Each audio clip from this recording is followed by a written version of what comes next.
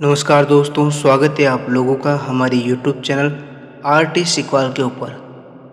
दोस्तों, हम अपने YouTube चैनल के ऊपर ओशो की बुक मैं मृत्यु सिखाता हूँ की समरी हिंदी भाषा के अंदर कर रहे हैं और अब तक हमने इस बुक की जो सीरीज़ है उस सीरीज़ के 11 एपिसोड अपने YouTube चैनल के ऊपर अपलोड कर दिए हैं और आज हम इस बुक का चौथा प्रवचन शुरू करने जा रहे हैं। 3 प्रवचन हमने इस बुक के पूरे कर दिए और चौथा प्रवचन आज आरंभ करने जा रहे हैं।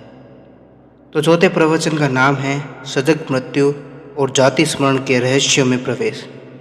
एपिसोड को शुरू करने से पहले मैं आप लोगों से ये विनती करूँगा कि आप लोग सबसे पहले अपने कानों के अंदर ईयरफोन्स लगा लें, जिससे कि आप लोग ओशो के विचारों को आसानी से और सावधानीपूर्वक सुन सकें और इन्हें अपने जीवन में उतार कर अपने जीवन में कुछ परिवर्तन ला सकें। तो चलिए आज का वीडियो शुरू करते हैं। मेरे प्रिय आत्मन, कल रात की चर्चा के संबंध में कुछ प्रश्न पूछे गए हैं। एक मित्र ने पूछा है, होश से मरा तो जा सकता है, लेकिन होश से जन्मा कैसे जा सकता है? असल में मृत्यु और जन्म दो घटनाएं नहीं है, एक ही घटना है। ये दोनों एक ही घटना के दो छोर हैं। इसीलिए एक ही सिक्के के दो पहलू होते हैं। अगर सिक्के का एक पहलू हाथ में आ जाए तो दूसरा पहलू अपने आप हाथ में आ जाएगा। ऐसा नहीं होता है कि सिक्के का एक पहलू मेरे हाथ में हो और दूसरा पहलू दूसरे के हाथ में हो। वह दूसरा अपने आप ही हाथ में आ जाता है। मृत्यु और जन्म एक ही घटना के दो छोर हैं। मृत्यु अगर होश पूर्ण हो जाए तो जन्म अनिवार्य रूप से होश पूर्ण हो जाता है। मृत्यु यदि बेहोश में हो तो जन्म भी बेहोश होता है। अगर कोई मरते क्षण में होश से मरा रहे तो अपने नए जन्म के क्षण में भी वह पूरे होश से ही भरा रहेगा।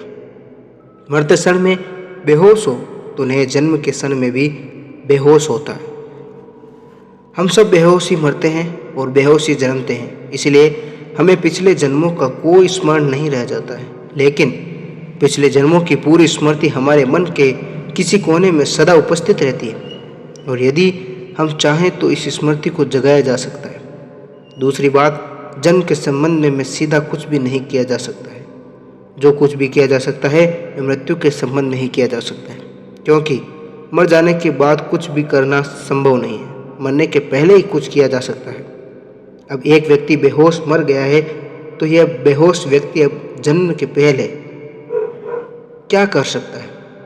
कोई उपाय नहीं है, यह बेहोश ही रहेगा। इसलिए जन्म तो अगर आप बेहोश मरे हैं तो बेहोश में ही लेना पड़ेगा। जो कुछ भी किया जा सकता है वह मृत्यु के संबंध में किया जा सकता है, क्योंकि मृत्यु के पहले हमें बहुत मौके हैं। एक पूरे जीवन का अवसर है और इस जीवन के पूरे अवसर में जागने का प्रयास हो सकता है। फिर अगर कोई मृत्यु की प्रतीक्षा करता रहे कि मरते वक्त जाग जाएंगे तो वह बड़ी भूल में है। मरते वक्त नहीं जागा जा सकता है। जागने की साधना तो मरने के बहुत पहले शुरू कर देनी चाहिए। उसकी तो तैयारी करनी पड़ेगी, क्योंकि अगर तैयारी नहीं है तो बेहोशी आ जाएगी। बेहोशी हितकर है। अगर तैयारी न हो तो काशी नरेश के पेट का एक ऑपरेशन हुआ 1915 के करीब। वह पहला ऑपरेशन था पूरी पृथ्वी पर जो बिना बेहोशी की दवा दिए किया गया था। पहले तो डॉक्टरों ने इनकार कर दिया। 3 अंग्रेजी डॉक्टर थे, उन्होंने इनकार कर दिया कि यह संभव नहीं है, क्योंकि किसी आदमी के पेट का ऑपरेशन हो वो 2 घंटे 1.5 घंटे तक उसका पेट खुला रहे, बड़ा ऑपरेशन हो सका है, उसे बेहोश न किया जाए, ऐसा नहीं हो सकता। इससे पूरा खतरा रहेगा। खतरा यह है कि इतनी पीड़ा हो कि वह आदमी चिल्लाने लगे, उछलने लगे, कूदने लगे, गिर पड़े, कुछ भी हो सकता है। इसलिए डॉक्टर राजी नहीं थे। लेकिन काशी नरेश का कहना था यह था कि मैं जितनी देर ध्यान में रहूं उतनी देर में कोई चिंता नहीं है और मैं 1.5 घंटे 2 घंटे ध्यान में रह सकूंगा। काशी नरेश राजी नहीं थे बेहोशी की दवा लेने के लिए। वे कहते थे कि मैं होश में ही ऑपरेशन कराना चाहता हूँ और डॉक्टर होश में करने को राजी नहीं थे, क्योंकि होश में उतनी पीड़ा से गुजरना खतरनाक हो सकता है। लेकिन और कोई रास्ता न देखकर फिर उन्होंने पहले तो प्रयोगात्मक रूप से काशी नरेश को ध्यान में जाने को कहा और कुछ समय के बाद वे छुरी चलाई ताकि वे पता लगा सकें कि हाथ में कंपन होता है या नहीं। लेकिन कंपन भी नहीं हुआ और 2 घंटे के बाद नरेश कह सके कि मेरे हाथ में दर्द हो रहा है। 2 घंटे तक तो उन्हें कुछ पता नहीं चला। तब फिर ऑपरेशन किया गया। वह पहला ऑपरेशन था पृथ्वी पर जिसमें पेट पर 1.5 घंटे तक डॉक्टर काम करते रहे, पेट खोलकर, और किसी तरह की बेहोशी की दवा नहीं दी गई थी। नरेश पूरे होश में था, लेकिन इतने होश में होने के लिए गहरे ध्यान की जरूरत है। इतने ध्यान की जरूरत है जहाँ की ये पूरा पता हो कि शरीर अलग है और मैं अलग हूँ। इससे रत्ती भर भी संदेह न हो। इसमें यदि रत्ती भर भी संदेह रहा कि मैं शरीर हूँ, ऐसा जरा भी ख्याल रहा तो खतरा हो सकता है। तो मृत्यु बहुत बड़ा ऑपरेशन है, बहुत बड़ा सर्जिकल ऑपरेशन है। इतना बड़ा ऑपरेशन है किसी डॉक्टर ने भी कभी नहीं किया जितना बड़ा मृत्यु है, क्योंकि मृत्यु में प्राणों को एक शरीर से पूरा का पूरा निकाल कर दूसरे शरीर में प्रवेश करवाने का उपाय है। इतना बड़ा कोई ऑपरेशन नहीं हुआ है और न हो सकता है। अभी एकाध अंग हम काटते हैं, एकाध हिस्से को हम बदलते हैं, यहाँ तो पूरे प्राण की शक्ति को, पूरी ऊर्जा को एक शरीर से हटाकर दूसरे शरीर में प्रवेश कराना है। तो प्रकृति ने पहले से इंतजाम कर रखा है कि आप बेहोश हो जाएंगे। यह हितकर है क्योंकि उतनी पीड़ा को शायद आप झेल न सकें, और यह भी हो सकता है कि चूंकि उतनी पीड़ा नहीं झेली जा सकती है इसीलिए ही हम बेहोश हो जाते हैं। लेकिन हितकर तो है, एक गहरे अर्थों में अहितकर भी है, क्योंकि फिर हमें स्मरण नहीं रह जाता है कि पीछे क्या हुआ, और करीब करीब हर जन्म में हम वही नासमझी दोहराएंगे चले जाते हैं जो हमने पिछले जन्म में दोहराई थी। यदि याद आ जाए कि पिछले जन्म में हमने क्या किया तो शायद हम उन्हीं गड्ढों में दोबारा नहीं उतरेंगे जिसमें हम पिछले जन्म में उतरे थे। और अगर याद आ जाए कि हमने पिछले सारे जन्मों में क्या किया है तो हम यही आदमी नहीं हो सकेंगे जो हम हैं। यह असंभव है कि हम यही आदमी हो सकें, क्योंकि हमने बहुत बार धन इकट्ठा किया है और हर बार मृत्यु ने सारे इकट्ठे धन को व्यर्थ कर दिया। तो शायद आज धन इकट्ठे करने की उतनी पागल दौड़ हमारे भीतर न रह जाए। हमने बहुत बार प्रेम किया है और हर सब प्रेम में हमें व्यर्थ हो गए। तो शायद प्रेम करने की और प्रेम पाने की पागल दौड़ विलीन हो जाए। हमने हजार बार महत्वाकांक्षा की है, अहंकार किया है, यश पाया है, पद पाए, और सब व्यर्थ हो गए, सब धूल में मिल गए। अगर ये स्मरण आ जाए तो शायद आज हमारी महत्वाकांक्षा एकदम क्षीण हो जाए। हम वही आदमी नहीं हो सकते हैं जो हम हैं। अहित ये हो जाता है कि हमें पिछले जन्म का कोई स्मरण नहीं रह जाता है। इसीलिए करीब करीब एक चक्कर में आदमी घूमता रहता है। उसे पता ही नहीं है कि इस चक्कर में मैं बहुत बार गुजर चुका हूँ और इस बार भी वही उसी आशा से गुजरता हूँ जिस आशा से पहले भी बहुत बार गुजरा हूँ। और फिर मौत आकर सब आशाएं व्यर्थ कर देती है। फिर चक्कर शुरू हो जाएगा। कोल्हू के बैल की तरह आदमी घूमता रहता है। अहित यह है, इस अहित से बचा जा सकता है, लेकिन उसके लिए काफ़ी जागरूक प्रयोग चाहिए और एकदम से मृत्यु की प्रतीक्षा नहीं की जा सकती, क्योंकि इतने बड़े आघात में, इतने बड़े ऑपरेशन में एकदम से नहीं जागा जा सकता। हमें धीरे धीरे प्रयोग करने पड़ेंगे। धीरे धीरे छोटे दुखों का प्रयोग करने पड़ेंगे कि हम छोटे दुखों में जाग सकें। सिर में दर्द है तभी जागरण मिट जाता है और ऐसा लगता है कि मुझे दर्द हो रहा है, ऐसा लगता है कि सिर को दर्द हो रहा है। हम यही सोचते हैं कि मुझे दर्द हो रहा है, लेकिन असल में सिर को दर्द हो रहा है। तो सिर के छोटे दर्द में प्रयोग करके सीखना पड़ेगा कि दर्द हो रहा है सिर को, मैं जान रहा हूँ।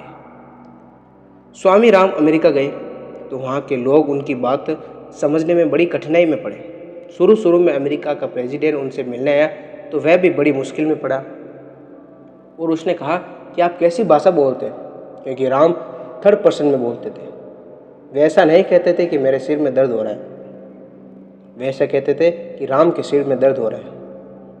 वे कहते थे कि मुझे भूख नहीं लगी, राम को भूख लगी। इस तरह वे थर्ड पर्सन में बोलते थे। तो पहले तो लोग बड़ी मुश्किल में पड़े कि वे कह क्या रहे हैं। वे कहते थे कि रात राम को बड़ी सर्दी लग रही थी। तो कोई उनसे पूछता कि किसकी बात कर रहे हैं आप, तो वे कहते थे कि इस राम के संबंध में। किसके संबंध में कह रहे हैं आप, तो वे कहते थे कि यही राम। वे पूछते कौन राम, तो वे फिर यही जवाब देते कि यही राम, इसको बड़ी सर्दी लग रही थी रात में। और हम हंसते थे कि देखो राम कैसी सर्दी झेल रहे हो। और वे कहते थे कि रास्ते पर राम जा रहे थे, कुछ लोग गालियां देने लगे और खूब हंसने लगे। तो हमने कहा देखो राम, लोग बड़ी गालियां दे रहे हैं, निकलोगे अपमान खोजने तो अपमान होगा ही। लोग कहते थे लेकिन आप बात किसकी कर रहे हैं, किसके संबंध में कह रहे हैं, कौन राम, तो वे कहते थे यह राम। छोटे छोटे जीवन के दुखों से प्रयोग शुरू करना पड़ेगा। जीवन में रोज छोटे दुख आते हैं, रोज प्रतिपल वे खड़े हैं, और दुख ही क्यों, सुख से भी प्रयोग करना पड़ेगा, क्योंकि दुख में जागना उतना कठिन नहीं है जितना सुख में जागना कठिन है। यह अनुभव करना बहुत कठिन है कि सिर अलग है और जो दर्द हो रहा है वह अलग है। यह तो फिर भी कठिन है, लेकिन यह अनुभव करना और भी ज़्यादा कठिन है कि शरीर अलग है और स्वास्थ्य का जो रस है वह अलग है। वह भी मैं नहीं हूँ, सुख में दूर होगा, और भी कठिन है क्योंकि सुख में हम पास होना चाहते हैं और पास होना चाहते हैं, दुख में तो हम दूर होना ही चाहते हैं। यानी कि दुख में तो ये पक्का पता चल जाएगा कि दुख दूर है, तो यह हमारी इच्छा भी है कि दुख दूर ही हो, तो हमको पता चल जाएगा कि दुख हमारे छुटकारा हो जाएगा और हम दुख से दूर हो जाएंगे। तो दुख में जागने के प्रयोग करने पड़ेंगे और सुख में भी जागने के प्रयोग करने पड़ेंगे, और इन प्रयोगों में जो उतरता है वह कई बार स्वेच्छा से दुख वरण करके भी प्रयोग कर सकता है। सारी तपस्या का मूल रहस्य इतना है कि वह स्वेच्छा से दुख को वरण करके किया गया प्रयोग है। जैसे एक आदमी उपवास कर रहा है, वह भूखा खड़ा है, वह यह जानने की कोशिश कर रहा है कि भूख के उस प्रयोग में, आमतौर से जो लोग उपवास करते हैं उन्हें ख्याल भी नहीं है कि क्या कर रहे हैं, वे सिर्फ भूखे हैं और कल खाना क्या खाना है उसकी प्रतीक्षा कर रहे हैं। लेकिन उपवास का जो मौलिक प्रयोग है वह यह है कि भूख है और भूख मुझसे दूर है, इसका अनुभव करना है, मैं भूखा नहीं हूँ।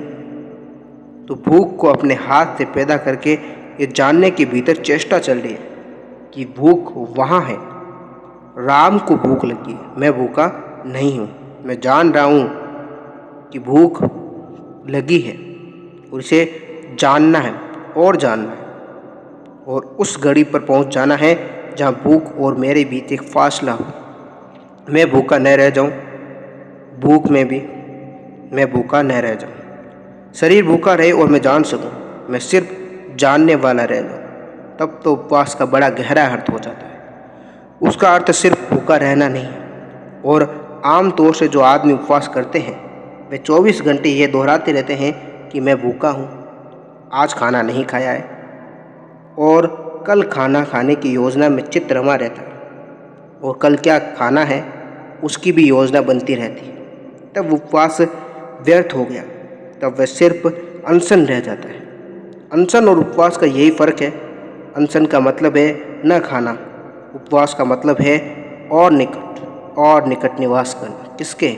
उपवास का मतलब है और निकट करना। किसके निकट निवास करना? अपने शरीर से फासले पर स्वयं के करीब आना। उपवास का मतलब यही है। उपवास के मतलब से उपवास में कहीं भी भूखा रहने का सवाल नहीं है। उपवास शब्द में भी भूखा रहने का कोई प्रश्न नहीं है। उपवास का मतलब है आवास, निकट और निकट। किसके पास? अपने पास रहना है और शरीर से दूर।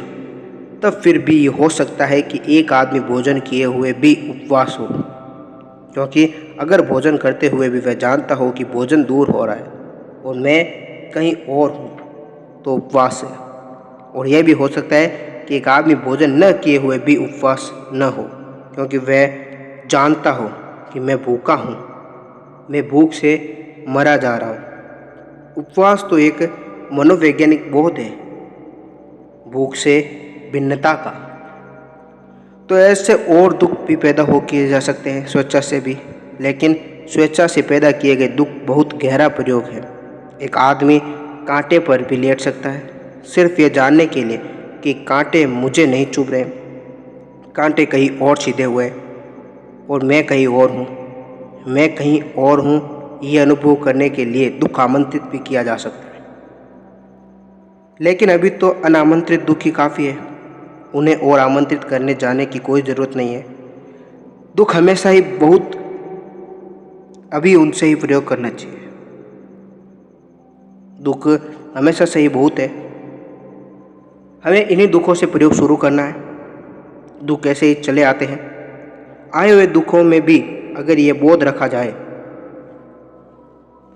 कि मैं भिन्न हूँ, मैं दूर हूँ, तो दुख साधना बन जाता है।